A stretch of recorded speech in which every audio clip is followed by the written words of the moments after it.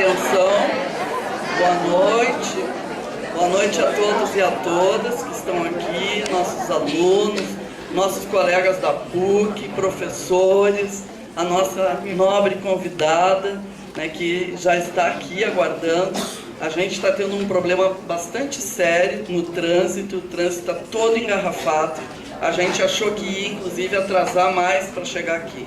Então, agradecer a presença de todos e dizer da nossa alegria de estarmos hoje aqui nessa aula inaugural da pós-graduação do Serviço Social, do pós-graduação de Política Social e Serviço Social da URGS, em parceria, em conjunto com a nossa graduação em Serviço Social. Então, é um momento especial de celebração por contar com a presença da professora Marilda Yamamoto, nosso orgulho, a nossa grande colega pesquisadora de circulação nacional e internacional, que tanto tem contribuído para os avanços que tivemos e continuamos no Serviço Social brasileiro. Então, é uma honra esse encontro aqui e poder contar com esse auditório aqui, quase todo lotado. Encontrar ex-alunos, alunos atuais, né, já formados, é uma alegria realmente muito grande. Bom, essa atividade, ela é uma atividade que foi pensada conjuntamente com a nossa coordenação de Congrade, a professora Vanessa, que eu convido a passar a mesa, com a nossa diretora, não é chefe de departamento, ainda tem uns laços lá da PUC, a nossa chefe de departamento, a professora Miriam, que está presa no trânsito. Então eu convido o colega Tiago para compor a mesa.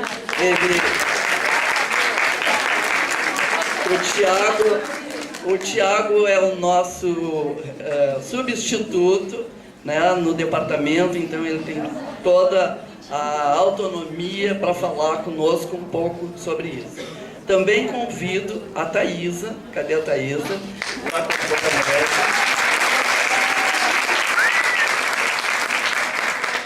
A Thaisa é uma professora da graduação e do pós, como todos nós somos, que temos então uma carga horária bem intensa na graduação, todos os professores, e na pós-graduação. Como somos poucos professores, na verdade é uma luta constante para que a gente possa consolidar esse nosso programa de pós-graduação, que está fazendo 4 anos nesse ano. Tivemos inúmeras dificuldades burocráticas quando surgiu o programa. Em princípio, pensamos que o programa poderia ser só de política social, considerando que eu sou filha da PUC e que na PUC nós temos, então, um programa consolidado, né, de pós-graduação em serviço social. Bom, isso não foi possível, porque na época nós tínhamos um programa de políticas públicas na URGS, e então isso voltou várias vezes, e a gente então encaminhou uma proposta de um programa de políticas sociais e serviço social. Bom, o que nós nos deparamos? Que nós tínhamos que trazer professores da graduação para junto da pós-graduação para fortalecer as produções no âmbito do serviço social, né? Temos um grupo que é dividido entre políticas sociais e serviço social, embora todos nós, ou grande parte, eu acho que são 7 professores, obrigado, Rosa, 7 professores que são professores que ingressaram por concurso na URGS. Então, a Thaisa e a Tati, que chegou, não sei, a Tati está ali, e a Tati foram as 2 professoras que naquele momento apresentavam condições de compor essa linha de concentração que é do serviço social, né, e dos fundamentos.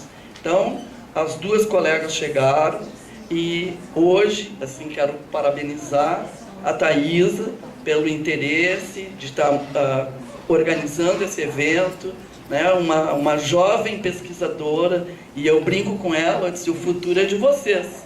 Nós estamos, sabe, pensando no amanhã, né, deixar o vento nos levar um pouco, sabe. E então é um pouco da nossa história que eu acho que é importante estar trazendo e dizer assim, mais uma vez, né, da nossa alegria de estar com a Marilda aqui. Hoje nos abraçávamos e pensávamos também das nossas longas caminhadas aí, né, dessa relevância. Acho que a gente não pode também achar que tudo é beleza. Nós estamos num momento crucial, no qual os programas de pós-graduação, sem sombra de dúvida, vão sofrer muitas mudanças e muitas alterações. A gente já ouve notícias, olha, não vai ter dinheiro para pesquisa, foi cortado tanto dos recursos. Então, o futuro nosso vai depender muito mais do nosso engajamento, da nossa coragem, do quanto a gente quer fortalecer esse nosso programa, que é um bebê, 4 anos, assim, ele não passou ainda por uma avaliação da CAPES, está caminhando. E eu fiquei muito contente, né, na elaboração de um relatório que a gente faz, que tem um nome horrível, que é o relatório da Sucupira, no qual é Sucupira porque quem inventou se chama, é o sobrenome da pessoa, mas que nós tivemos 186 produtos do nosso programa. Isso, a gente falando assim, na linguagem, né, da CAPES, né, e do CNPq, quantos nós publicamos na pós-graduação. Esse grupo de professores e os seus alunos de pós-graduação, né, o quanto a gente se dedicou. E, embora a gente tenha outras dificuldades de estrutura, sem secretaria, sem um técnico para nos atender, a gente faz de tudo, porque a gente quer que esse programa cresça, se solidifique. E esse evento aqui, ele de fato vem trazer uma discussão importante e vem contribuir para que esse programa se consolide. Tá? Então, acho que é importante dizer isso, e dizer que, isso assim, não dá para a gente dizer, os investimentos na pesquisa estão esvaziados, né? E dizer assim, agradecer para a nossa querida Thaís pela organização, a colega que veio junto, agora esqueci o nome dela, a Graziella, né, que vem trabalhando na pesquisa. E durante a nossa fala, então eu vou passar a palavra para o Tiago, depois para a nossa querida Vanessa, professora homenageada ontem, sabe? A gente está muito feliz, a Tati, Paraninfa, e a Thaisa, então, vai explicar um pouco como se constituiu esse momento. A gente promete que não vai tomar muito tempo de vocês para a gente ser todo ouvidos a nossa querida convidada. Tiago.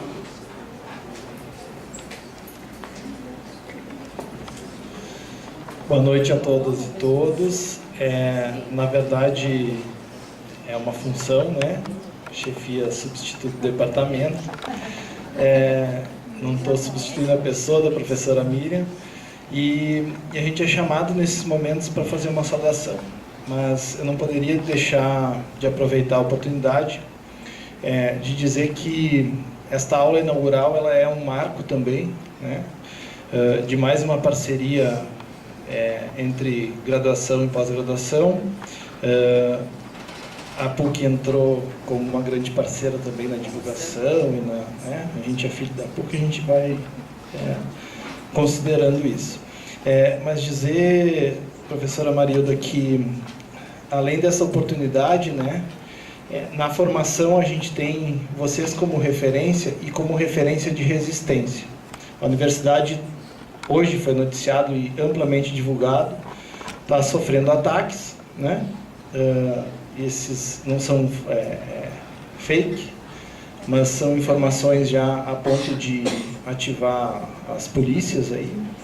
E acho que a gente ter uma mesa como essa, né, é mostrar que a gente não tem medo, que a universidade é um espaço de livre expressão, de que a gente não tem medo de trazer pessoas que resistiram a vida inteira e que fizeram parte e fazem parte da nossa formação, né? Então, essa primeira fila aqui, e com certeza os alunos que estão aqui, profissionais, assistentes sociais e outras áreas, vieram aqui buscar justamente, né, continuar aprendendo sobre a necessidade dessa resistência. E, por fim, para encerrar, então, parabenizar, né, a pós-graduação, mas sobretudo a Thaisa, que está fazendo essa disciplina, esse projeto de extensão e essa abertura também, né, para fora da universidade.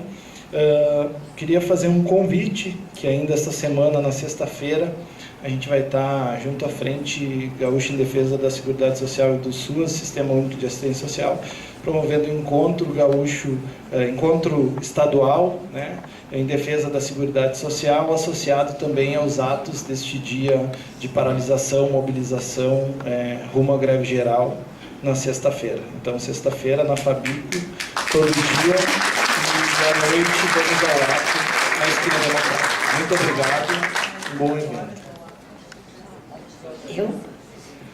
Então, boa noite a todos e todas. Eu queria saudar especialmente a professora Marilda, que é a nossa convidada, e também agradecer, né, ao professor Fernando, que se empenhou, né, na locação também, né, do auditório, numa parceria com a Faculdade de Economia, né, que nesse momento, não alocou, né, pediu, mas que de alguma forma a gente está vivendo coisas tão importantes. A Ju falava do processo de precarização do pós-graduação, a gente está vivendo também processos de precarização na graduação, e isso tem também nos deixado um tanto quanto preocupados no processo da formação profissional.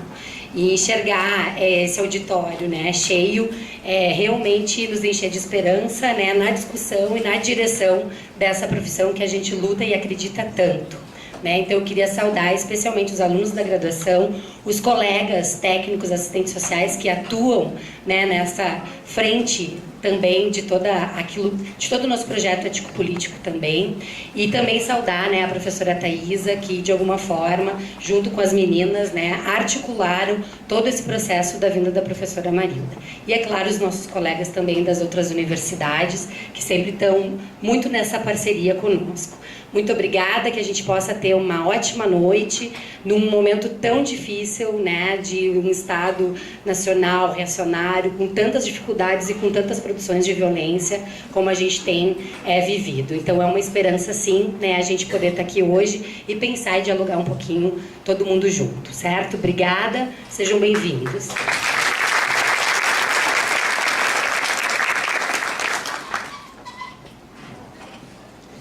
Boa noite a todos e todas. Gostaria de cumprimentar os colegas da mesa e especialmente a professora Marilda, né? Agradecer a sua disponibilidade, estar aqui com a gente, né? E dizer, então, situar um pouco, né, do processo da pesquisa, né, dessa iniciativa que a gente vem organizando, né? Então, nós organizamos uma disciplina de tópicos especiais em fundamentos do serviço social, vinculada, né, ao programa de pós-graduação, que está sendo desenvolvida, então, de forma concomitante com um curso de extensão sobre memória e história do serviço social no Rio Grande do Sul. Hoje iniciamos o curso, ficamos muito contentes, nós tivemos a presença de 40 pessoas hoje na primeira aula do curso, né? E esse curso vai ser dado, então, continuidade amanhã, né, na quinta, manhã e tarde, na sexta e na semana que vem também, com a devolutiva, então, né, dos resultados da pesquisa sobre a memória do serviço social no Rio Grande do Sul, né? Então, essa pesquisa, né, ela é desenvolvida de forma integrada, então, com uma rede maior, né, de investigação internacional, intitulada O Movimento de Reconceituação do Serviço Social na América Latina, Determinantes Históricos, Interlocuções Internacionais e Memória, coordenada pela professora Marilda Yamamoto e a Cláudia Mônica dos Santos, né, e congrega, então, diferentes pesquisadores do Brasil, de outros países também. E dentre esse grupo de pesquisadores, o nosso subgrupo, né, que pesquisa então a memória do serviço social no Rio Grande do Sul, é coordenado pela professora Graziela Scheffer, né, da Universidade Estadual do Rio de Janeiro, que também integra o Centro de Estudos Ottaviani. E tem a sua equipe, então, composta por mim, né, representando a URGS, né, nesse subgrupo de pesquisa, a professora Inês Rocha, da Universidade Federal de Santa Catarina, o professor Giovanni Scherer, da PUC, do Rio Grande do Sul, e temos também a estudante de iniciação científica da URGS, a Jéssica Zoguchi, que está aqui filmando o nosso evento. Então, representando esse grupo, né, de pesquisadores, eu gostaria, então, de destacar a importância desse momento, né, e da construção desse curso de extensão da disciplina, que é uma estratégia, então, de devolutiva dos dados da pesquisa, né, que visa, então, promover os debates sobre fundamentos do serviço social a partir do nosso programa de pós-graduação. Então, esse é um momento muito especial para todos nós, porque representa a valorização da pesquisa histórica em serviço social e busca, sobretudo, então, dar visibilidade aos protagonistas do serviço social gaúcho, né? Que impulsionaram também esse processo da articulação latino-americana, né? Então, tendo como marco a realização do primeiro seminário latino-americano aqui em Porto Alegre, em 1965, né? Então, isso também tem uma dimensão histórica e um ciclo, né? Um movimento histórico muito importante para nós nesse resgate, né?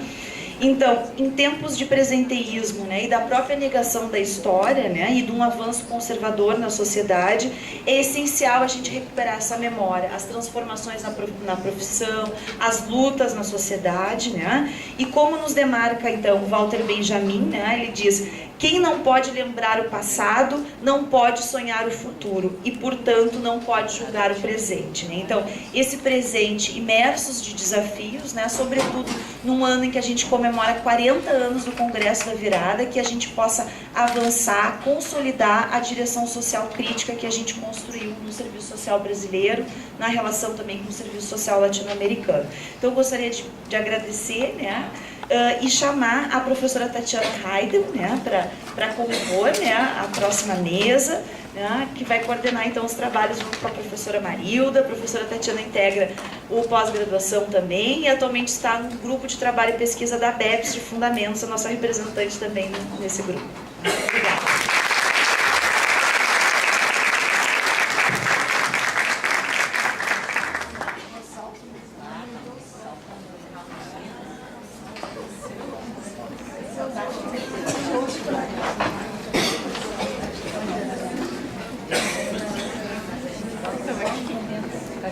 Não tem problema.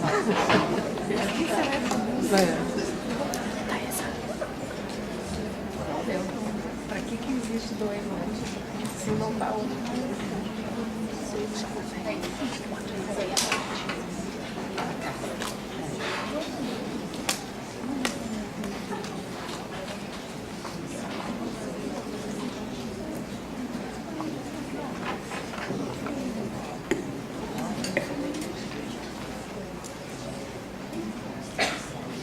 Então, boa noite a todas e a todos os presentes. É um prazer e um presente estar nessa noite aqui, sendo convidada para conduzir, né, a pessoa que veio abrilhantar a nossa noite.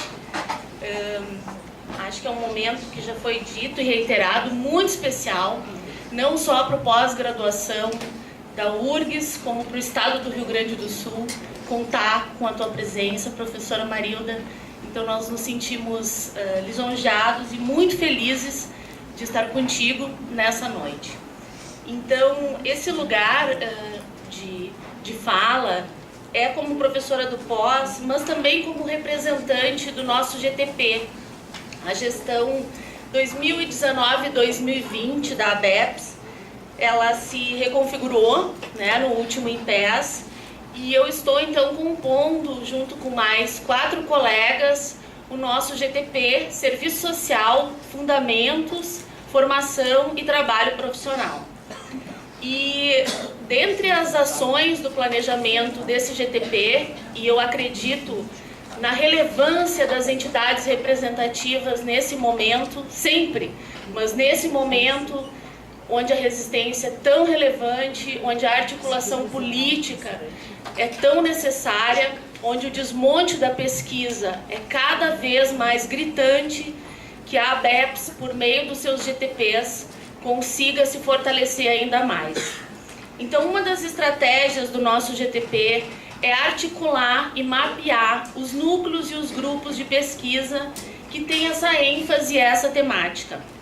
Nossa gestão é nova, né? Começou agora em janeiro, mas nós já conseguimos mapear 13 grupos de pesquisa que vêm também de relatórios das outras gestões, que nós estamos atualizando e certificando se esses grupos ainda estão, né, em atividade, quais as tendências das produções desse grupo, porque urge a articulação dos pesquisadores nesse momento tão desafiador. Dentre as ações do nosso GTP, uma delas vai ser realizar, e a gente decidiu isso há 2 semanas, seminários regionais de fundamentos do serviço social. Então, esse ano nós vamos descentralizar a discussão dos fundamentos e, ao invés de fazer um seminário nacional, nós faremos um seminário regional, vários ao longo, né, distribuídos aí pelo país. E o Rio Grande do Sul vai ser o primeiro. Então, vocês já coloquem nas suas agendas, 28 de agosto, casadinho com a oficina regional da ABEPS, que a Thaisa, então, também, né, tem essa representação, é a nossa vice da Regional Sul, junto com os outros colegas que compõem. Então, nós faremos essa ação articulada, cuja intenção é reunir os pesquisadores, os representantes dos grupos de pesquisa, para que a gente se fortaleça ainda mais nessa área.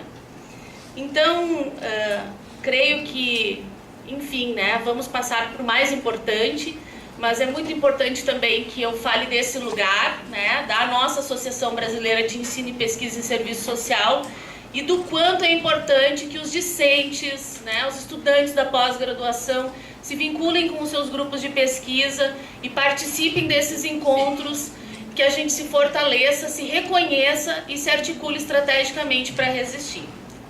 Dito isso, então eu passo a apresentar alguém que não precisa de apresentações, dispensa apresentações, pela sua relevância ao serviço social, bem como pelo legado de suas obras em nossa profissão. Mas, para não fugir do protocolo, muito modestamente, tentando objetivar a apresentação, eu chamo então para compor a mesa a professora Marilda Yamamoto, que é bolsista de produtividade em pesquisa do CNPq, nível 1 graduada em serviço social pela Universidade de Juiz de Fora, mestrado em Sociologia Rural pela Universidade de São Paulo e doutorado em Serviço Social pela Escola de Serviço Social, em Ciências Sociais pela Escola de Serviço Social da Universidade Federal do Rio de Janeiro. É professora titular aposentada da Faculdade de Serviço Social da Universidade do Estado do Rio de Janeiro, atuando no programa de pós-graduação em Serviço Social. Pesquisadora integrante do Programa de Estudos e Pesquisas Pensamento Social e Realidade Brasileira na América Latina e dos Centros de Estudos Ottaviani. Coordenadora do Núcleo de Estudos Estado, Classes Trabalhadoras, Serviço Social. Ex-coordenadora adjunta da CAPES para a área do Serviço Social, triênio 2008-2010. Tem experiência na área de Serviço Social e Sociologia Rural, com ênfase em Serviço Social, atuando principalmente nos temas Serviço Social, História do Serviço Social, Serviço Social na Divisão do Trabalho, Formação Profissional e Ensino Superior. Autora de livros com várias edições e artigos em revistas nacionais e internacionais. A professora Marilda, o ano passado, recebeu um prêmio internacional da Associação Internacional de Escolas de Serviço Social, sendo condecorada pelo reconhecimento de sua carreira acadêmica e seu compromisso com o serviço social. Atualmente, a professora Marilda coordena, então, como a professora Thaisa mencionou, o projeto de pesquisa, o Movimento da Reconceituação do Serviço Social na América Latina, envolvendo Argentina, Brasil, Chile e Colômbia, determinantes históricos, interlocuções internacionais e memória, em parceria com a professora também mencionada, Cláudia Mônica dos Santos. Sem mais, passo a palavra para a nossa convidada e, ao final, teremos, então, um tempo, né, para dialogar e fazer algumas interlocuções. Então, muito boa noite.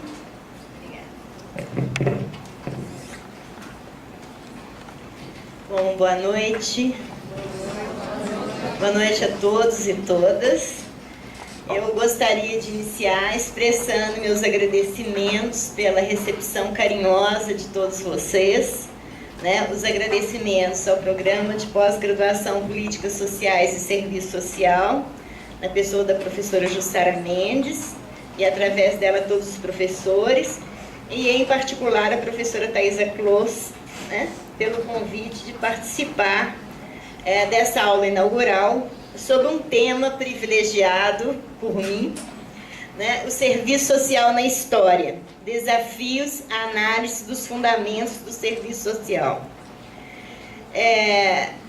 Eu gostaria de saudar, né, essa iniciativa do grupo de pesquisa, coordenado pela professora Graziela Scheffer Machado, da Universidade do Estado do Rio de Janeiro, e aqui pela professora Thaisa Clos, que participa de uma iniciativa coletiva nossa de pensar a perspectiva crítica, a gênese da perspectiva crítica no serviço social latino-americano, expressa no movimento de reconceituação, tanto na sua unidade latino-americana quanto nas suas particularidades nacionais, que nós conhecemos pouco, mas também a interlocução desse mesmo período com perspectivas de resistência ao conservadorismo no serviço social europeu e norte-americano, expresso no serviço social radical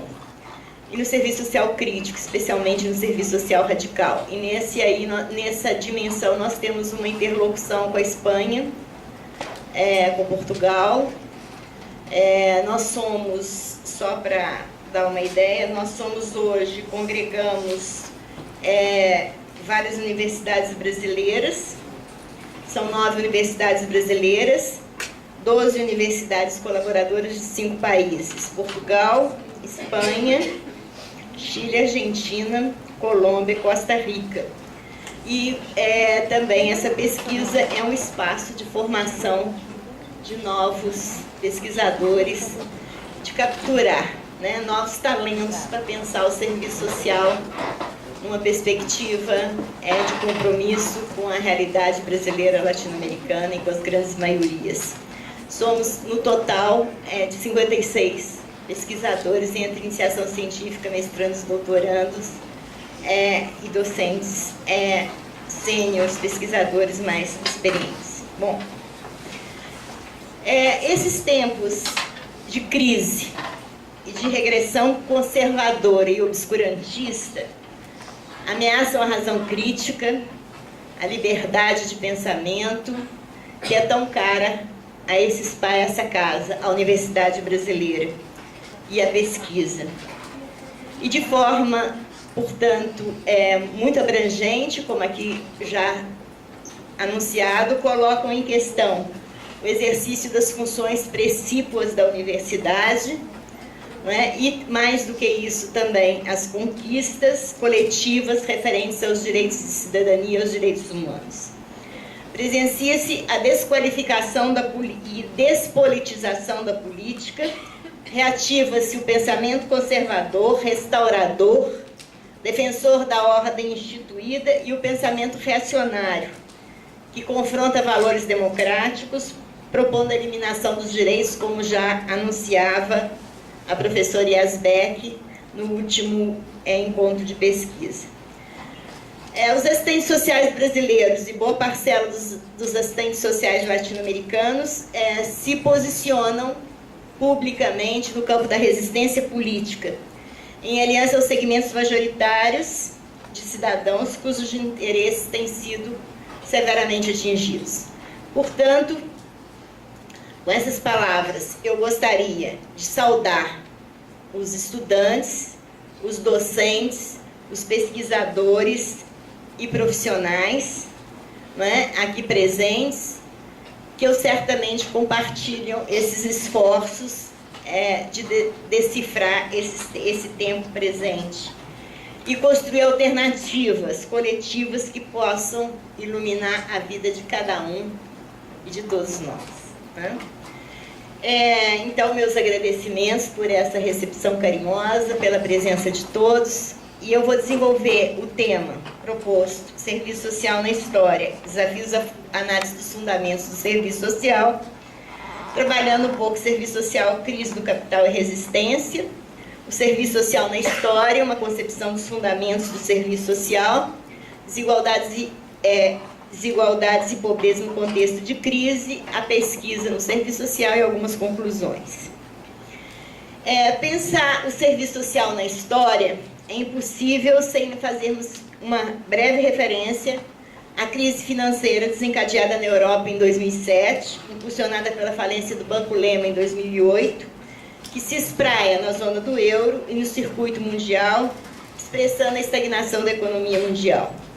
Na raiz dessa crise, encontram-se certamente as políticas governamentais favorecedoras da esfera financeira e do grande capital produtivo, das instituições e mercados financeiros e das grandes empresas multinacionais, enquanto um conjunto de forças que captura os estados nacionais e redimensiona as políticas públicas sob inspiração neoliberal.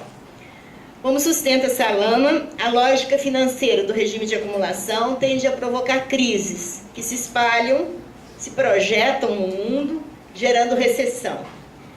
É resultante dessa lógica a volatilidade do crescimento, que redunda em maior concentração de renda, de propriedade, e aumento da pobreza, não apenas nas periferias dos centros mundiais, mas nos mais recônditos centros do capitalismo mundial. Esse processo vem fazendo crescer o financiamento externo, a dívida interna e externa e os serviços da dívida, o pagamento de juros, ampliando o déficit comercial. As exigências de pagamento dos serviços da dívida, aliadas a elevadas taxas de juros, geram escassez de recursos para investimento e custeio e favorecem investimentos especulativos em detrimento da produção, o que se encontra certamente na raiz da redução dos níveis de emprego, do agravamento das desigualdades, da regressão das políticas sociais. Segundo os economistas, e temos aqui, estamos na casa deles, né, um dos seus representantes, mas diz Chesney que o substrato da crise atual se encontra na superacumulação das capacidades de produção, especialmente elevadas, na superprodução acompanhadas de uma acumulação de capital fictício sem precedentes, apoiadas na superexploração dos trabalhadores.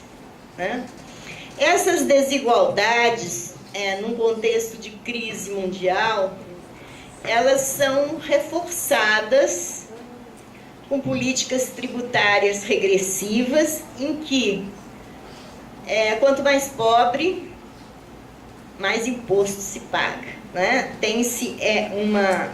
A arrecadação fiscal tem uma incidência proporcionalmente maior sobre as menores rendas, penalizando os contribuintes de menor poder aquisitivo, como vem salientando Salvador, Boschetti, Behring nas suas produções mais recentes.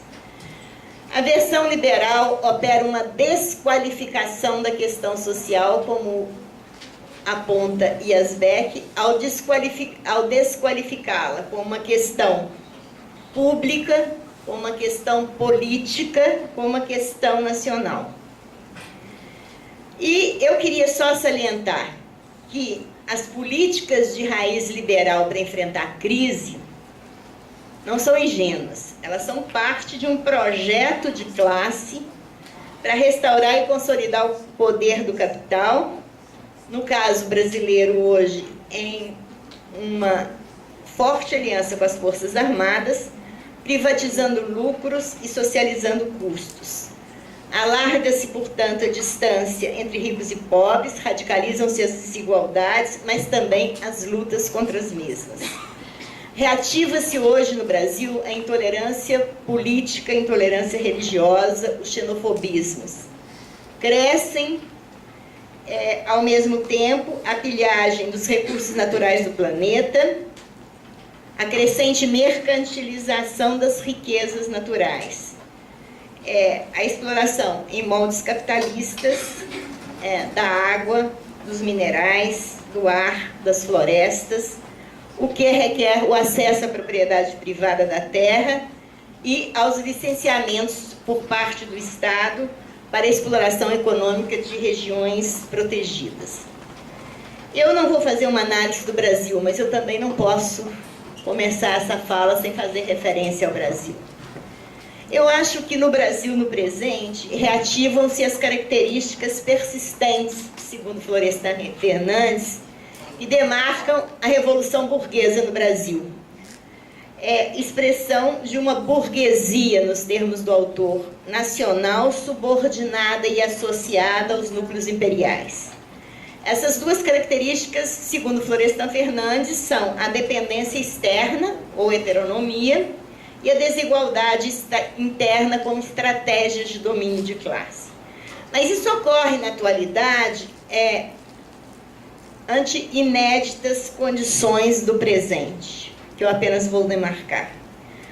A forte presença do poder militar no controle do Estado, legitimado pelas urnas, fato inédito na história política brasileira, a articulação com a geopolítica norte-americana contra as forças progressistas na América Latina, a afirmação do ultraneoliberalismo no desmonte dos direitos e na financiarização da Previdência Social, que está por detrás da reforma da Previdência, e o intenso investimento ideológico de adesão ao poder por meio da criminalização da oposição, das forças de oposição, por meio da religião, por meio dos recursos midiáticos, como estratégias de legitimação política. Então, nesse quadro, né, que nós vivemos, as forças de resistência também sofrem impactos em decorrência dos efeitos da crise, da precarização do trabalho, do desemprego, mas a que se alia a intensificação da repressão, a criminalização dos movimentos sociais. Como diz o poeta Ledo Ivo, vivemos tempos de aflição e não de aplausos. Mas as forças de resistência marcam, sim, importante presença com suas lutas travadas no dia a dia, invisibilizadas pela mídia. Podem ser lembradas a greve dos trabalhadores urbanos, a luta dos trabalhadores sem terra e camponeses pela reforma agrária, o movimento dos trabalhadores sem teto pela habitação, das nações indígenas pela preservação do seu patrimônio cultural e material, a luta das mulheres contra a opressão, o feminicídio pela legalização do aborto e reconhecimento de seus direitos, dos trabalhadores na defesa da previdência social, da juventude, da ocupação das escolas, dos afrodescendentes contra a opressão secular e pela preservação de suas raízes e direitos, da juventude trabalhadora da periferia das grandes cidades na defesa de suas expressões culturais, contra o genocídio de jovens, negros, pobres, das periferias urbanas. E a luta contra a fobia em relação às lésbicas, gays, bissexuais, travestis e transexuais. Em uma conjuntura de ascenso do conservadorismo, como aqui foi falado, ao nível mundial, os assistentes sociais na América Latina afirmam-se, como eu já fiz referência e repito, no campo da resistência política. Porque nossos esforços voltam-se à construção de um serviço social orientado por valores que dignificam o gênero humano, tendo incorporado a herança herdada da luta dos trabalhadores. São nossos nortes, os valores maiores da liberdade, da justiça, da radicalidade democrática, da igualdade e respeito aos direitos humanos, da qualidade dos serviços por nós prestados, na perspectiva da construção da emancipação histórica de cada um e de todos os homens. Este projeto certamente preserva sua autonomia ante os partidos e as forças de esquerda. Ele representa o antídoto para enfrentar a alienação do trabalho indissociável do trabalho assalariado. Dotado de caráter ético-político, dispõe de uma dimensão de universalidade, impregnando o trabalho cotidiano do assistente social dos interesses da coletividade.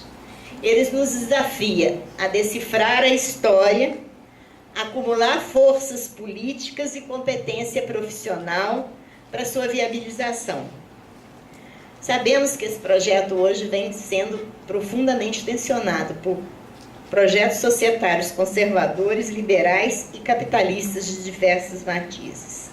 Mas na disputa de projetos contra-hegemônicos para os nossos países, ou seja, construídos de baixo para cima, estão envolvidos partidos, forças de esquerda, movimentos sociais, aos quais unimos a nossa força, a força da nossa organização, a força da nossa produção acadêmica e do trabalho profissional nas suas dimensões materiais e educativas. Bom, é nessa perspectiva que nós vamos pensar os fundamentos e a pesquisa do serviço social. O serviço social na história e os seus fundamentos. Eu entendo que a compreensão dos fundamentos do serviço social parte do pressuposto de que a história da sociedade é o terreno privilegiado para a apreensão das particularidades da profissão, do modo de atuar e de pensar que foram historicamente incorporados pelo serviço social ao longo do seu desenvolvimento. Ou seja, eu entendo que a nossa profissão é um produto histórico, fruto dos determinantes sociais que tornam possível a sua constituição, mas fruto também do forte protagonismo dos sujeitos que a ela se dedicam. Decifrar, portanto, essa especialização do trabalho supõe elucidar os processos que geram a sua necessidade social, que explicam o significado de suas ações no campo das relações de poder econômico e político, das relações entre as classes e com o Estado, assim como com o debate teórico e cultural do seu tempo. Eu fui durante muito tempo, muito próximo, orientando o professor Otaviano, que dizia: nós temos que decifrar a história e o pensamento que pensa o pensado. Nós temos que decifrar a história e temos que fazer o diálogo crítico com as teorias que informam as nossas análises. Então, eu entendo que pensar os fundamentos do serviço social é pensar as circunstâncias históricas e desvendá-las, porque temos um campo absolutamente aberto de pesquisa, mas também dialogar com a cultura e com o conhecimento dos tempos históricos, né? Que nos fornece uma mirada para a leitura da sociedade e da profissão, né? Portanto, situar o serviço social na história é distinto de uma história do serviço social nos seus mundos internos, né, que tende a erigir o discurso dos profissionais como achados conclusivos da pesquisa. Nós temos um outro desafio maior: decifrar esses discursos na história da cultura e da sociedade dos tempos com os quais nós estamos pesquisando, né? São as conclusões, a literatura, a produção acadêmica na nossa história profissional são materiais a serem submetidos ao crivo da crítica teórico-metodológica, redimensionando seu significado no jogo das forças sociais. Assim aprendemos com Marx, né? Como efetuar crítica da economia política, né? A crítica não só dos economistas políticos clássicos, Smith e Ricardo, mas da economia vulgar, né? dos apologetas, mas há que decifrar o que foi nos dito como relato da história oficial. E certamente, né, aqui já também citado, inspirado em Walter Benjamin, fazer uma história contrapelo, a história dos de baixo, né? Eu acho que isso são desafios que temos que construir. Então, essa concepção de fundamentos do serviço social, que eu acho que ela é riquíssima, ela é inspirada numa tradição cultural que, ao privilegiar a história, reconhece que as categorias teóricas não são criações aleatórias do pensar, mas elas são fruto de uma expressão no campo do pensamento de processos sociais reais, né, que antecedem o próprio pensar. Então, é assim, indissociável uma articulação entre conhecimento e história, entre teoria e realidade, ou, se vocês quiserem, prática social, em que o método, certamente não se reduzindo a pautas do que fazer, né? Pautas para conhecer e agir, se expressa na lógica mesmo que organiza o processo de conhecimento. Então, portanto, desvendar a profissão é desvendar a herança cultural a partir da qual essa profissão constrói as explicações sobre o seu fazer, expressa no discurso profissional e na literatura especializada. Nós sabemos que o serviço social não surge na história como na divisão imediata de trabalho entre as ciências, né? O serviço social surge como uma profissão que incorpora saberes, sistematizações e produção científica acumulada pelos pesquisadores e que no processo do seu desenvolvimento ele adquire a sua cidadania acadêmica, né? Adquire a sua cidadania acadêmica e hoje é reconhecido como área de conhecimento, como uma produção que o legitima nesse campo, né? E que nos desafia, não é, a continuar essa análise.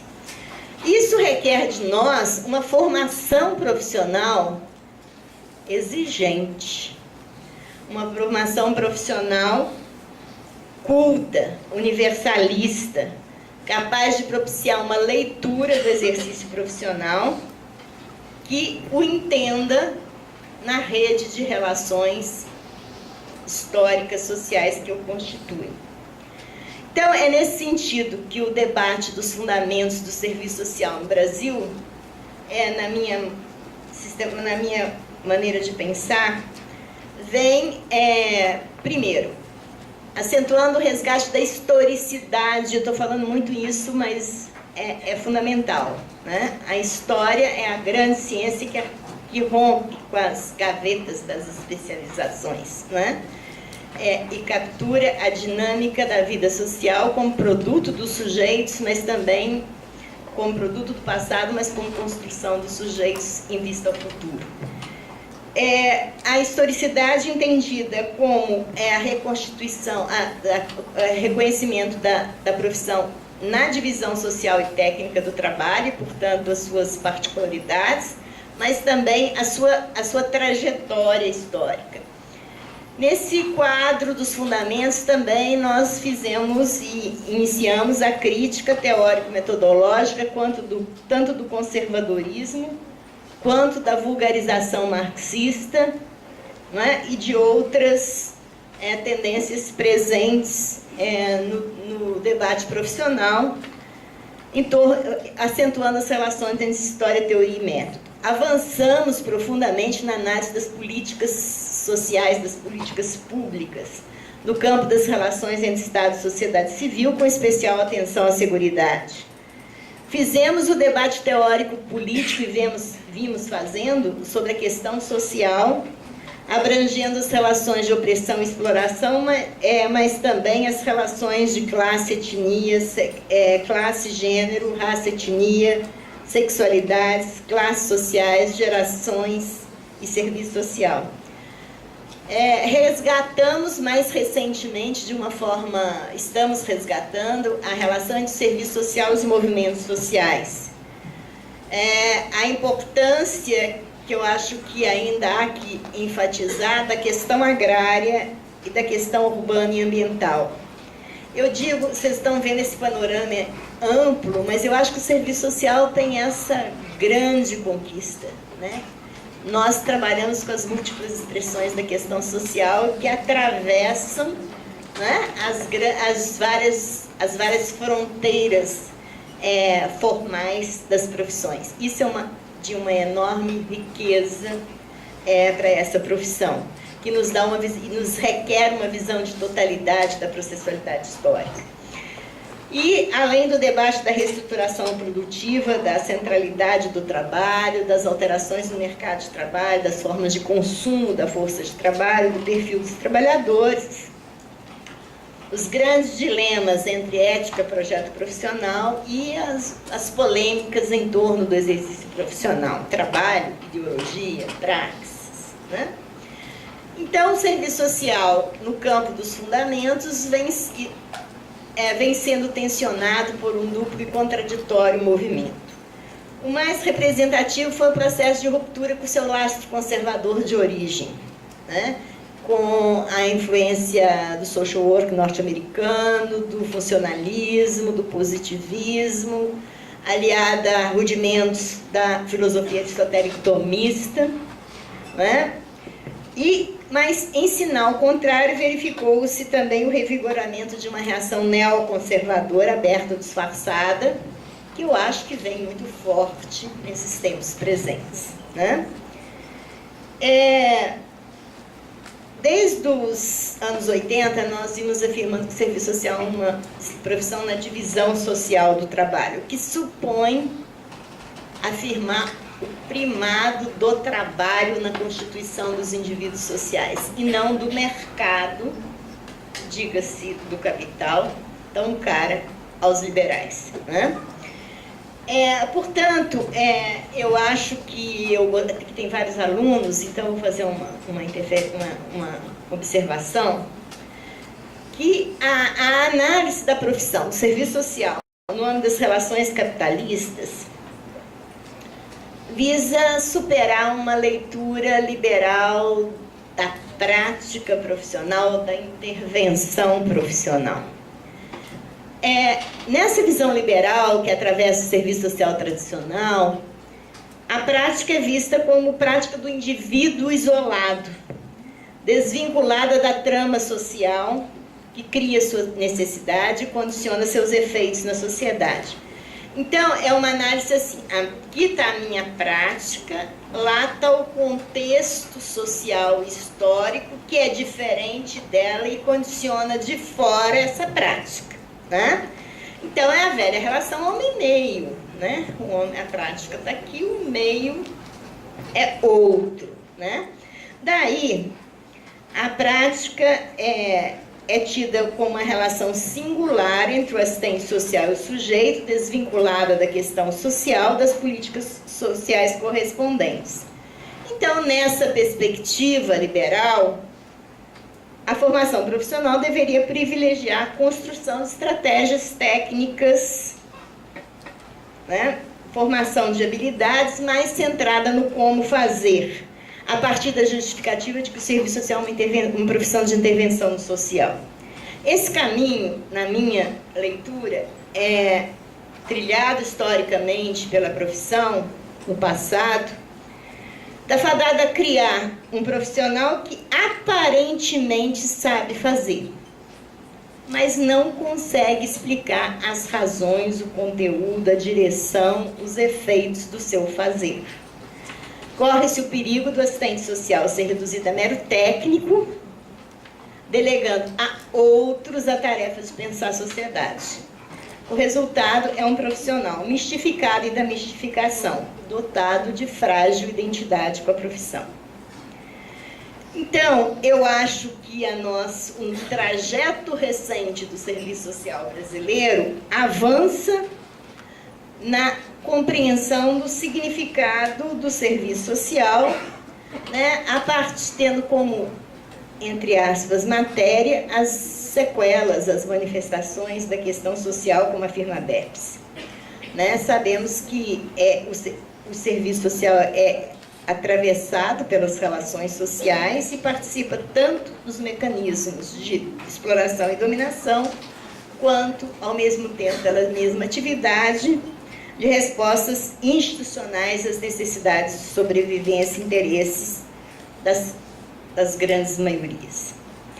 Né? Como a sociedade é atravessada por projetos sociais distintos, assim nós pensamos, tem-se também aberta a possibilidade de construção de outro projeto profissional que não aquele oficial, né?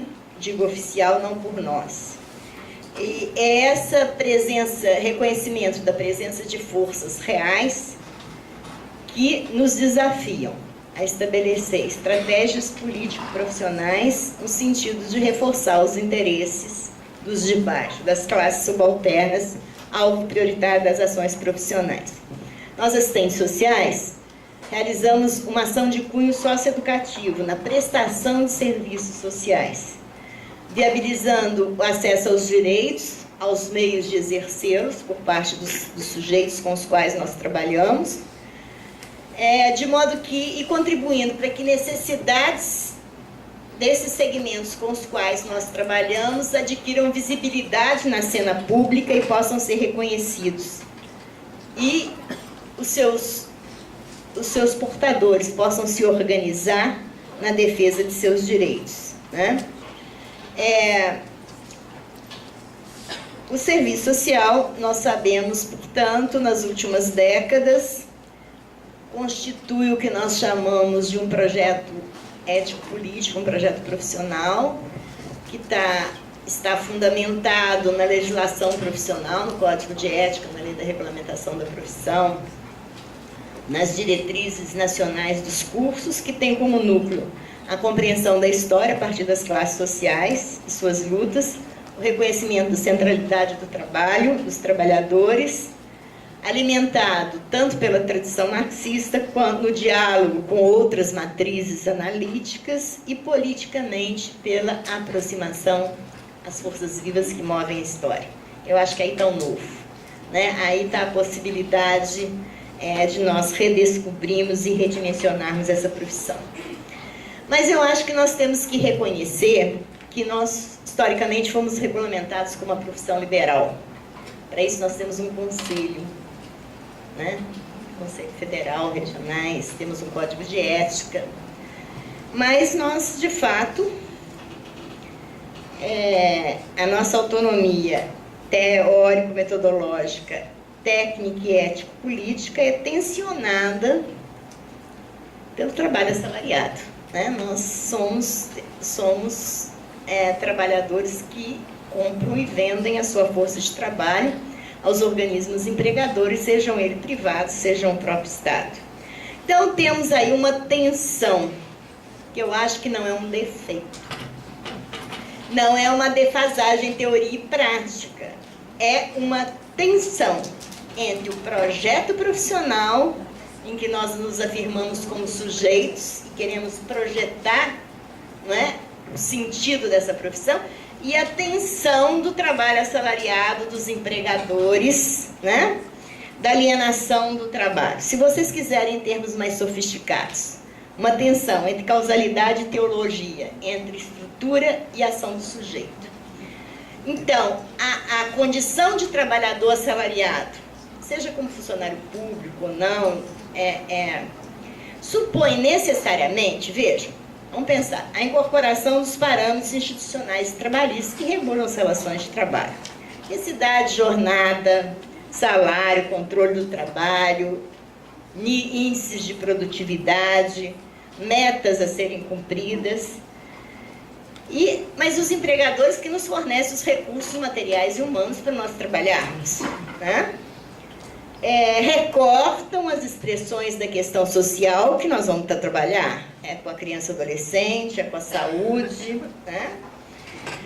O que condiciona o conteúdo mesmo do exercício profissional realizado e que estabelece limites e possibilidades às nossas ações profissionais, né? Bom, então, vejam, a possibilidade de imprimir uma direção social ao exercício profissional, moldando o seu conteúdo, o modo de operá-lo, decorre de uma relativa autonomia que a assistente social dispõe, que está preservada pela legislação, né? E passível de reclamação judicial. Mas essa autonomia é historicamente dependente da correlação de forças, né, econômica, política, cultural na sociedade. E se expressa de uma forma muito particular nos diversos espaços ocupacionais, no Estado, no Poder Executivo, Ministério Público, Legislativo, Judiciário, nas empresas capitalistas, nas organizações privadas não lucrativas, nas organizações político-sindicais. Mas mais ainda tem um outro elemento que é determinante. A nossa autonomia, sendo historicamente condicionada, ela depende de outro vetor, da necessidade dos sujeitos, condicionado pelas lutas sociais, que se transformam em demandas profissionais, né?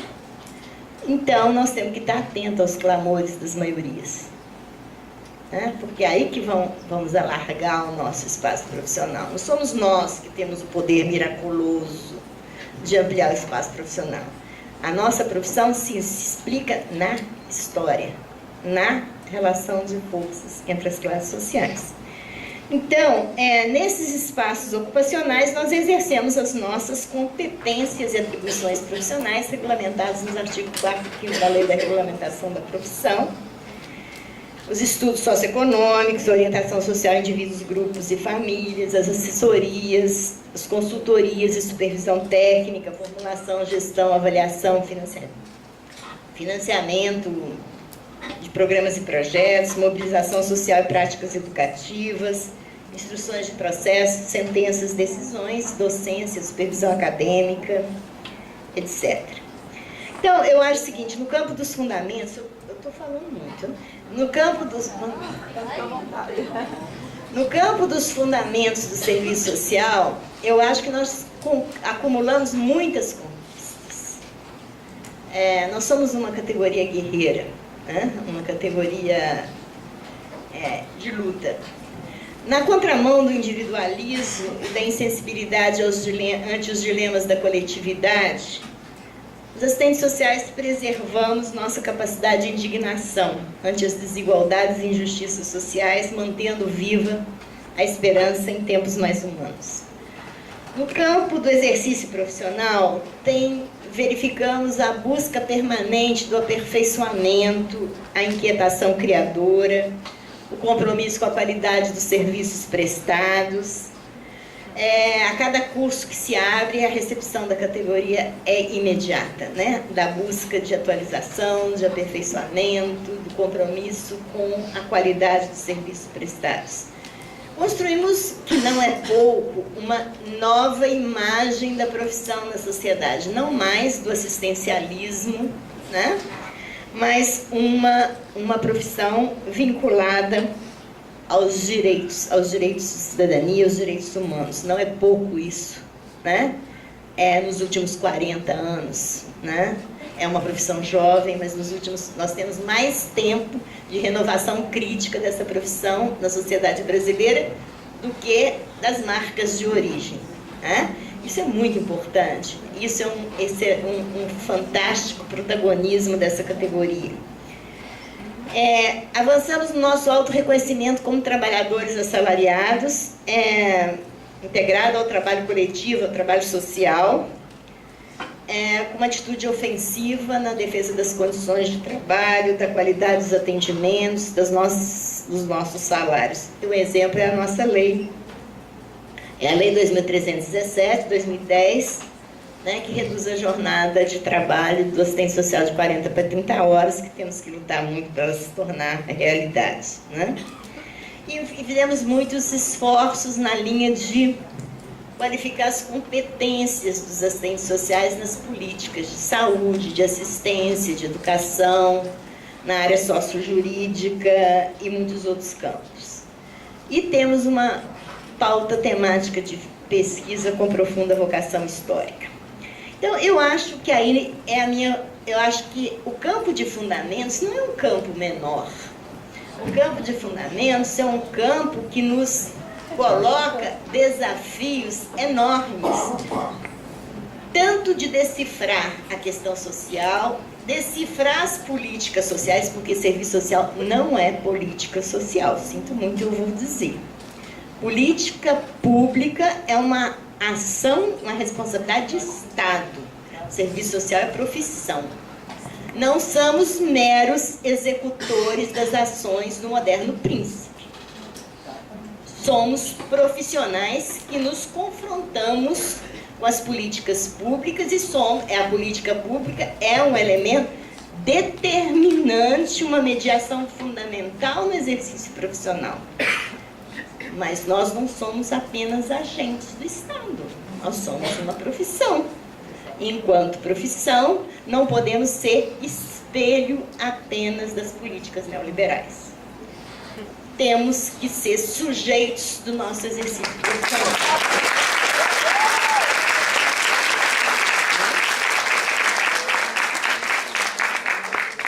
Bom, então vamos lá.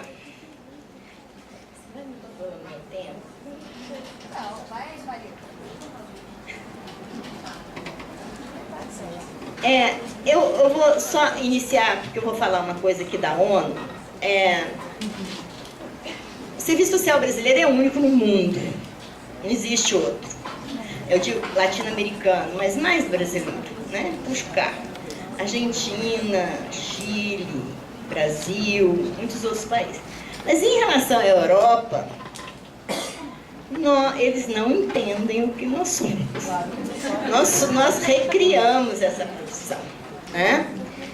Por exemplo, o que prevalece no serviço social europeu e mesmo norte-americano é o social work, caso grupo comunidade, hoje. Né? O mais progressista é o trabalho com a comunidade, é o DC, desenvolvimento de comunidade, organização de comunidade, ou coisa similar. E o que dá o norte das organizações internacionais nossas é a agenda da ONU para 2030, centrada no desenvolvimento sustentável. E que é, por nós, profundamente desafiada na América Latina, né? Ante os elevados níveis de crescimento das desigualdades na América Latina e no Caribe, né? No continente latino-americano e no Caribe. Esse crescimento das desigualdades é reconhecido pelos mais respeitáveis para o capital interlocutores. A CEPAL, a Comissão das Nações Unidas para a América Latina, no documento Panorama da América Latina para 2016, considera a desigualdade como um fenômeno multidimensional, sofrendo interferência da distribuição de renda, da estrutura de classe, expressa na propriedade de ativos físicos e financeiros, do gasto público e social, da estrutura etária, da presença de populações afrodescendentes, mas estabelece uma agenda otimista, né, para 2030, tipo erradicar a pobreza extrema, enfim. Uma agenda desenvolver o desenvolvimento sustentável nesse capitalismo, né, que cria barbárie, enfim.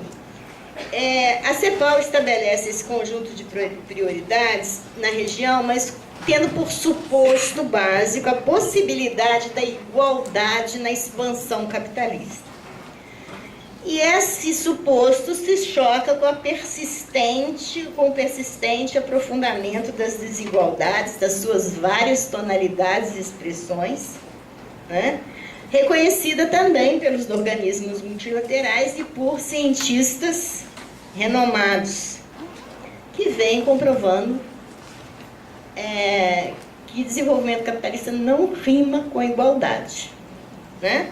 Cresce simultaneamente a acumulação do capital e as desigualdades, até pelo senhor Piketty, né?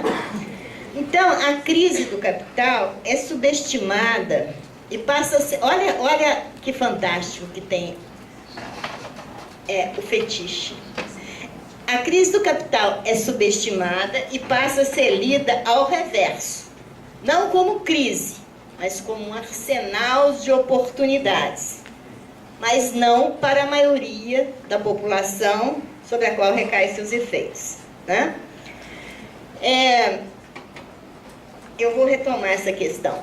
Segundo a CEPAL, o índice de Gini, que mede as desigualdades sociais e a concentração de renda, em que 1 representa a máxima desigualdade, 0 a igualdade, nenhuma desigualdade, em 16 ficou em 0,468 para rendimentos pessoais. Só para a gente ter uma ideia, ainda vive na extrema pobreza mais de 75 milhões de pessoas na América Latina, metade no México e no Brasil. Dos 300 milhões de trabalhadores na região, mais da metade são assalariados em microempresas ou trabalham por conta própria. Num contexto de crise, tem-se uma expansão do mercado de trabalho predominantemente informal, crescimento do setor de serviços de baixa produtividade e altas taxas de informalidade, segundo o PNUD. Veja, por que o capitalismo não rima com igualdade? Vamos pensar. O capital não é uma coisa, é uma relação social por excelência que supõe o trabalho assalariado, né? E que tende à busca incessante do lucro, né? A fome insaciável do ouro, em termos de Shakespeare, e que tende a se expandir indefinidamente por meio da apropriação de trabalho não pago dos trabalhadores. Então, como que o capital se expande hoje? Né? Cada vez mais incorporando a parcela do capital investido em meios de produção, em ciência e tecnologia, naquilo que Marx chama de capital constante, aumentando a produtividade do trabalho e reduzindo a incorporação da força viva de trabalho. Então, o resultado necessariamente contraditório desse processo é a ampliação de uma superpopulação relativa, ou seja, uma população sobrante para esse modelo, para essa proposta, para as necessidades médias do capital. Assim, o pauperismo como resultado do trabalho social, olha o que eu estou falando, do desenvolvimento das forças produtivas sociais, do trabalho de todos, é uma especificidade da produção fundada do capital. Em outros processos, em outros termos, esse processo faz crescer o fosso das desigualdades, restringe a capacidade de consumo das mercadorias produzidas e impulsiona as crises, né? Já dizia o Marx, na raiz das crises está a pauperização da população. Então, é nesse quadro que nós trabalhamos, né? Nós trabalhamos nas múltiplas expressões dessas desigualdades e das lutas dos sujeitos contra elas, expressas na questão social, e eu diria, não trabalhamos com problemas sociais fragmentados, né? Não trabalhamos com fragmentos da vida social, mas com sujeitos que condensam em suas vidas as desigualdades sociais nas suas múltiplas tonalidades. Então, ao trabalhar, nós precisamos aprender como é que nós trabalhamos com o indivíduo que nos busca num plantão, mas vendo nele a sociedade que está, né, que ele expressa por meio da sua singularidade, que também aí se expressa, né? Então, a questão social, ela envolve uma arena de lutas políticas, culturais, contra as desigualdades, e foram elas que romperam o domínio privado das relações capital-trabalho e transitaram a questão social para a cena pública, exigindo do Estado a responsabilidade de enfrentamento dessas desigualdades por meio das políticas públicas, né? E hoje a gente tem esse violento processo de criminalização das classes subalternas, né? Hoje vistas como classes perigosas, não mais laboriosas, sujeitas à extinção, à repressão, o que é motivo de muita inquietação. Né? Então, é esse quadro histórico que está alterando as nossas requisições profissionais. Tá? Por um lado, vamos pensar a flexibilidade que sintetiza a orientação desse novo momento de desenvolvimento do capital, que afeta os processos de trabalho, as formas de gestão da força de trabalho, o mercado dos direitos trabalhistas, reverberando também na tendência de desregulamentação das profissões. A exigência qual é? Reduzir custos, ampliar a taxa de lucratividade, para isso cortar salários e cortar direitos. Isso implica amplo enxugamento dos postos de trabalho, precarização das condições de trabalho, expande-se o trabalhador polivalente, a terceirização dos serviços, a redução de quadro pessoal na esfera privada e governamental. Mas não é só isso. Esse processo implica mudanças nas relações Estado-sociedade civil, a serviço dos interesses privados ou dos interesses empresariais, que reduzem a ação do Estado diante da questão social com o discurso do quê? Restrição de gastos sociais. Estamos aí. Impulsionando um amplo processo de privatização da coisa pública. Um Estado cada vez mais submetido aos interesses econômicos dominantes, recomendando políticas focalizadas na pobreza, porque são mais baratas, né? Garantindo parte do fundo público para pagamento dos juros da dívida pública, privatizando os serviços sociais que deixam de ser direitos e passam a ser outras coisas. Outra coisa, que direitos são para todos os cidadãos. Quando entra no circuito do dinheiro, da mediação do equivalente geral, da compra e da venda, não é mais direito. É compra e venda de serviços. Está no circuito do mercado, né?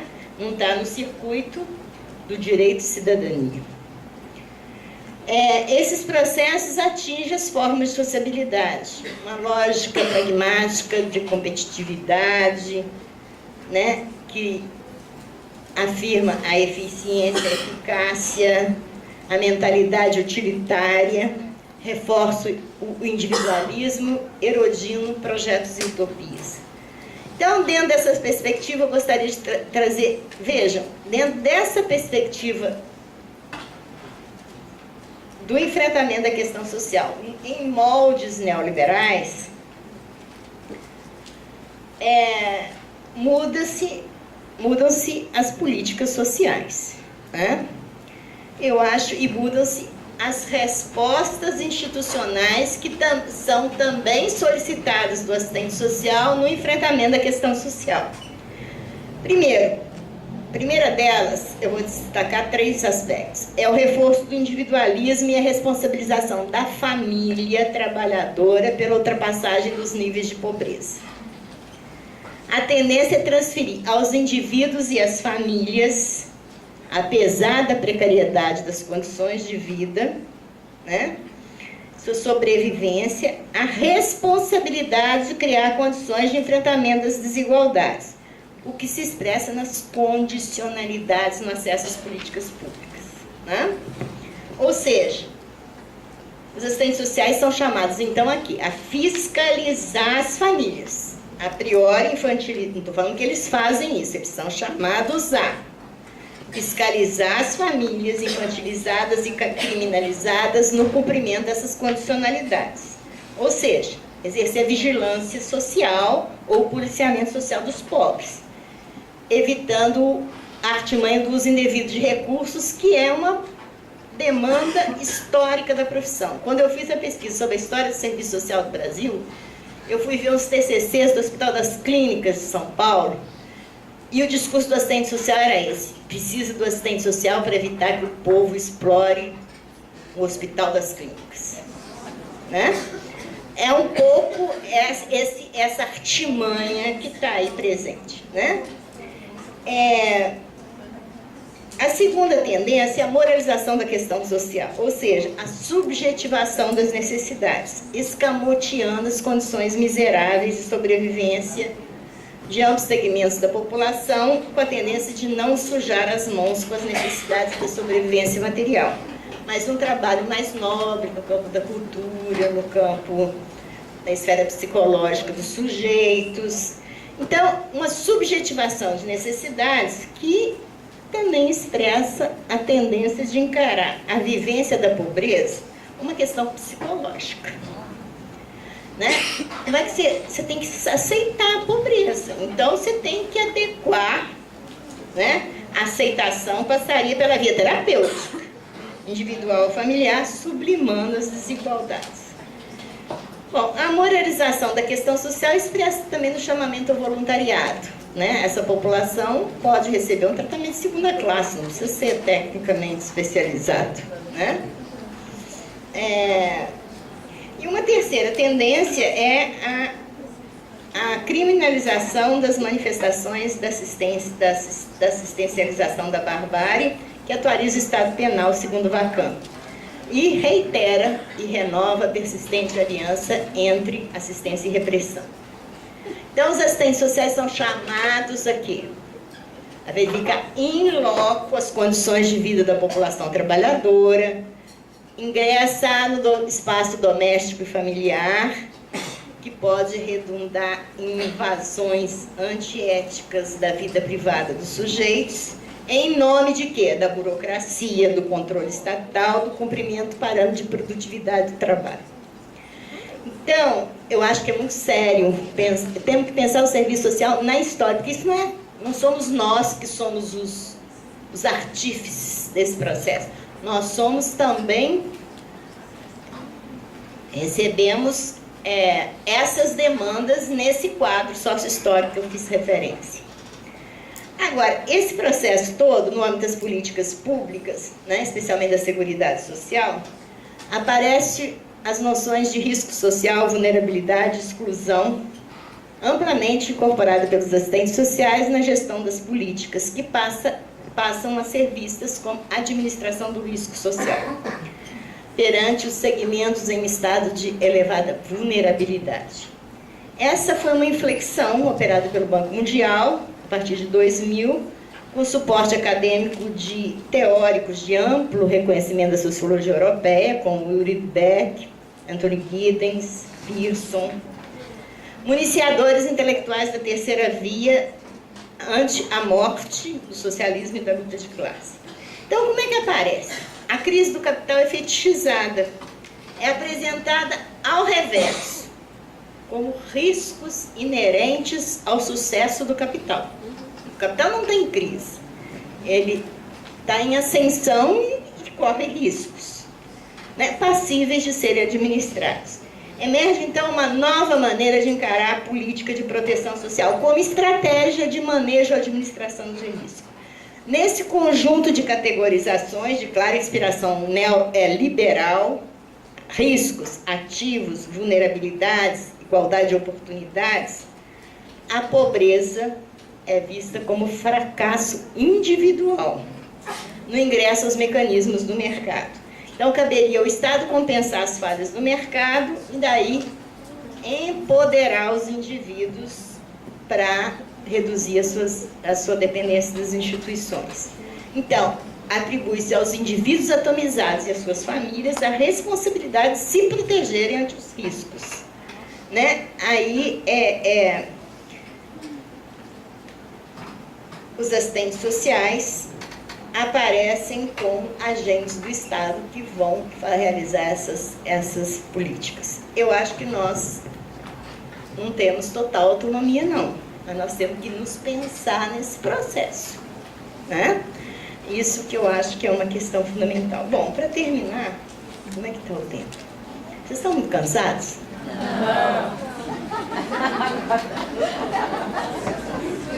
Posso continuar? Bom, então vamos rapidamente para a questão da pesquisa aqui e vamos às conclusões.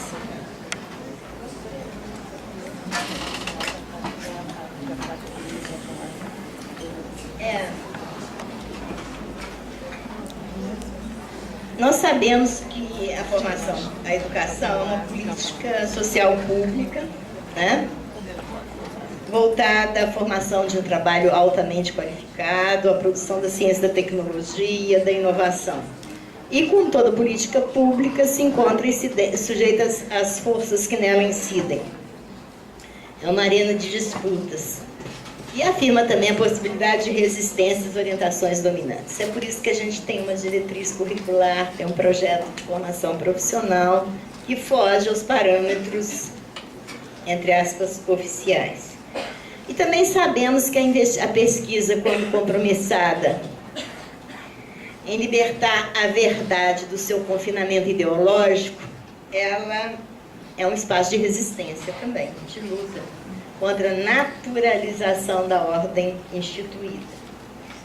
É uma atividade fundamental para subsidiar alternativas críticas ao enfrentamento da questão social, para contribuir na formulação de políticas sociais que fujam aos dogmas liberais, de contribuir para projeções profissionais que fortaleçam o compromisso com o trabalho, a democracia e os direitos.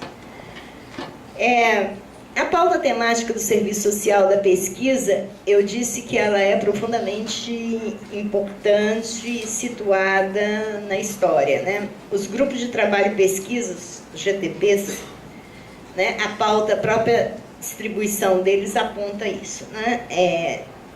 Da ABEPS. Serviço Social, Fundamentos de Trabalho e Formação Profissional, já foi aqui citado, Serviço Social e Político Social, Trabalho, Questão Social e Serviço Social, Ética, Direitos Humanos, Serviço Social, Movimentos Sociais, Relações de Opressão, Exploração, Opressão de Classe, Raça, Etnia e Sexualidade, Questão Agrária, Questão Urbana, etc. Eu vou avançando para a conclusão, para a gente poder conversar um pouco. Eu acho que nós avançamos muito na pesquisa no serviço social brasileiro. Aqui a representante da ABEPS nos deu uma lista, né, dos grupos de trabalho existentes, mas eu acho que tem temas que eu vou provocar, que eu acho que a gente tem que pensar. Eu vou colocar um pouco que eu acho que tem algumas ausências, né? Pensando o serviço social como objeto da nossa própria investigação. O primeiro deles é o serviço social mundial, que a gente tem que dialogar com os nossos colegas, né? Porque, especialmente dos países lusófonos, de língua espanhola, mas também com os países desenvolvidos. Eu tive uma experiência agora, que eu fiz um texto, uma entrevista que me fizeram e pus questão social, conservadorismo, renovação, e uma dos grandes colegas do Serviço Social Europeu falam assim comigo: não entendemos, isso não tem sentido no Serviço Social Europeu. Então, eu acho que nós temos um universo analítico, de linguagem, que é muito distinto, mas nós temos que nos aproximar dos nossos colegas de fora. Tanto para aprender com eles, quanto para eles aprenderem conosco, né? Eu acho que não é muito diferente das outras áreas, né? Que o centro é publicar na Nature, né? Mas também nós não conhecemos o que eles pensam. Eles também não conhecem o que nós pensamos. Nós temos um diálogo meio de surdos. Eu acho que a gente tem que romper com isso, né? Acho que é muito importante os estudos históricos da América Latina e das particularidades nacionais para entender o serviço social na história desses países. Por exemplo, é impossível entender a reconceituação na Colômbia sem Camilo Torres, sem as Farc, sem as... Né? É outro processo de guerra civil que não temos aqui, né? Então, a gente tem aprendido muito nessa pesquisa. É impossível pensar a reconceituação no Chile sem a época do Frei e do Allende, né?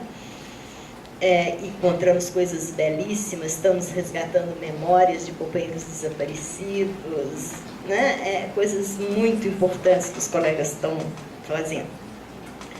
Mas a gente conhece pouco o serviço social latino-americano no sentido das suas particularidades nacionais, né? Precisamos entender as vertentes teórico-metodológicas presentes nos cenários nacionais, que são muitas, né? As teorias de decolonização, as teorias...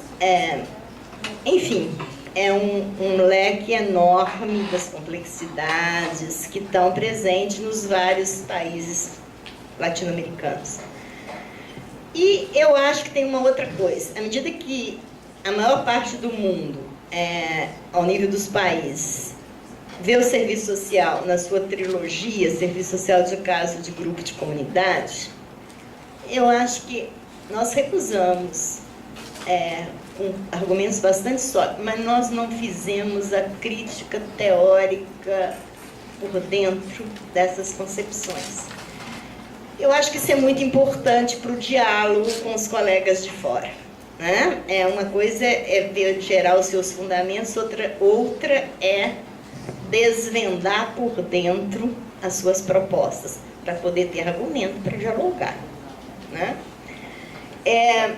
Os estudos do trabalho profissional no cotidiano e as estratégias de sua realização são temas importantes. As mudanças observadas no perfil do sujeito profissional hoje, quem é o assistente social, seus recortes de renda, gênero, étnico-racial, entre outros. As metamorfoses do mercado de trabalho dos espaços ocupacionais. Os sujeitos sociais que são o valvo privilegiado das ações profissionais. Eu venho falando isso há muitos anos, né? Eu tenho um pé na questão agrária. E eu acho que é fundamental a gente entender, o Brasil não é só urbano, primeiro, né? Segundo, as pesquisas sobre os segmentos de classe nesse país, na área nossa, são muito rarefeitos. Como é que nós queremos ter uma prática democrática se não conhecem os sujeitos com os quais nós trabalhamos? É muito complicado, né? Eu acho que aí tem um desafio importante. E além das políticas de ensino superior e toda a transformação que vem sendo operada na universidade. Enfim, para concluir, eu acho que é hora de soldar os laços do serviço social brasileiro com o serviço social do continente latino-americano e do Caribe, e as nossas interlocuções mais amplas, reforçando, né, a nossa resistência à reação conservadora dessas forças segressistas. Eu acho que nossa atenção volta-se às formas de organização dos movimentos dos trabalhadores rurais, urbanos, dos novos sujeitos coletivos presentes na luta por direitos, né, que eu já fiz referência. A BEPS, os dados da CEPAL e os dados da BEPS divulgados na Semana do Assistente Social nos provocam. São cerca de, diz a CEPAL, a ONU, são cerca de 130 milhões de afrodescendentes vivendo na América Latina, 21% da população. 91% desse segmento está concentrado no Brasil e em Cuba. Né? Os afrodescendentes foram historicamente vítimas da repressão, da escravidão, das formas de permanência, das formas de opressão e preconceito. E sabemos que no ataque às segmentos da classe trabalhadora, as mulheres, os jovens, negros e negros são as principais vítimas da cultura da violência. Né? Tem crescido também os homicídios contra as mulheres negras, o racismo, o machismo, a fobia LGBT, que matam diariamente. Né? Como a BEPS disse na Semana do Assistente Social desse ano, em 2017, 445 lésbicas, gays, bissexuais, travestis, transexuais foram mortos em crimes motivados por homofobia no Brasil. Eu acho que esse quadro requer de nós junto com todas as outras demais expressões aqui referidas da questão social, acumular força política, forjar resistência. E eu me lembro, eu acho que nós vamos ver tempos duros, mas nesses tempos duros nós temos que nos qualificar para enfrentar a luta e para os momentos de abertura. Eu lembro que quando houve a reação conservadora na Europa, em 1848, né? 48, Marx se refugia no Museu Britânico, mas se prepara para enfrentar o processo. Eu acho que nós não temos só que refugiar na teoria, mas nós temos que nos preparar para esse momento difícil que nós vamos viver. Mas também tem coisas importantes. Eu acho que, nesse sentido, é necessário retomar o trabalho de educação política. Eu acho que nós temos que rever as nossas práticas. Nós falamos, eu acho que eu vivi a ditadura, né? Eu vivi a repressão. Então, eu acho que nós estamos num momento muito difícil, que nós temos que fazer mais e falar menos. Radicalizar menos o discurso e radicalizar a ação, né?